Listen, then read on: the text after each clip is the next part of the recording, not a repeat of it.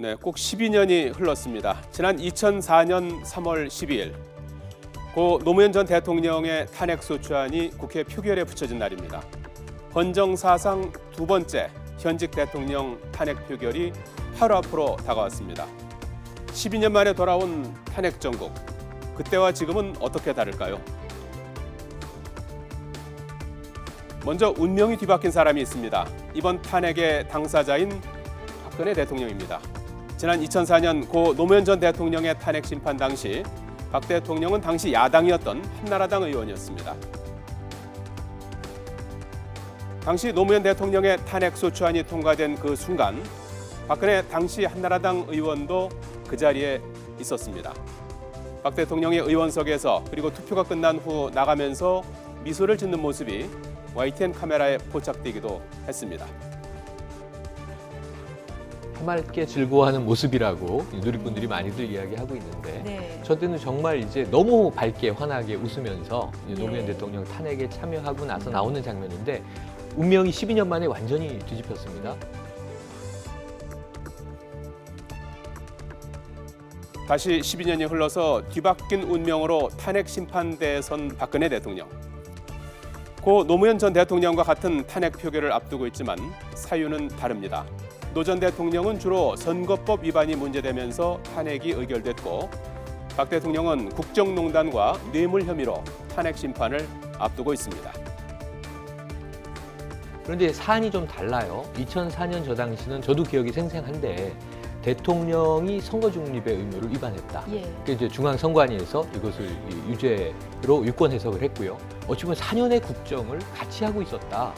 이런 상황으로 본다면 내일 탄핵은 역사적인 탄핵이긴 합니다만. 박 대통령만큼이나 운명이 뒤바뀐 인물 또 한 사람 있죠.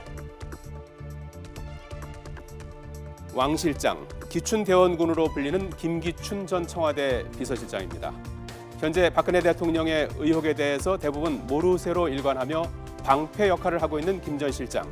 12년 전에는 지금과는 반대로 창의 역할을 했습니다. 국회가 대통령 탄핵소추안을 발의하면 헌법재판소법에 따라 국회 법제사법위원장이 탄핵소추위원으로 검사 역할을 하게 됩니다. 당시 법사위원장이 바로 김기춘 한나라당 의원이었습니다. 우리 헌정 질서가 생긴 이후에 총선을 앞두고 대통령이 특정 정당을 지지하는 발언을 노골적으로 한 일은 일찍이 전례가 없습니다. 지난 2004년 탄핵 전국 때와 다른 점 또 하나 바로 촛불입니다. 고 노무현 전 대통령의 탄핵 심판 때도 촛불 시위가 있었는데 같은 촛불이지만 그 이유는 완전히 다릅니다. 박근혜 대통령 퇴진을 요구하는 촛불의 물결은 전국 곳곳에서 이루어지고 있습니다. 촛불을 들고 밖으로 나온 시민들의 요구는 박근혜 대통령의 하야입니다. 우리 아이들이 나중에 커서 정말 국민으로서 주권을 행사할 수 있는 나라가 되기를 기원하는 마음에서 나왔고, 작은 힘이나마 이렇게 나와서 시민들의 목소리를 들려주는 게 조금 더 빠른 해결이 나지 않겠느냐 해서 나왔습니다. 12년 전 같은 탄핵 전국, 같은 촛불을 들고 나왔지만 시민들은 지금과는 다른 바람을 가졌습니다. 탄핵이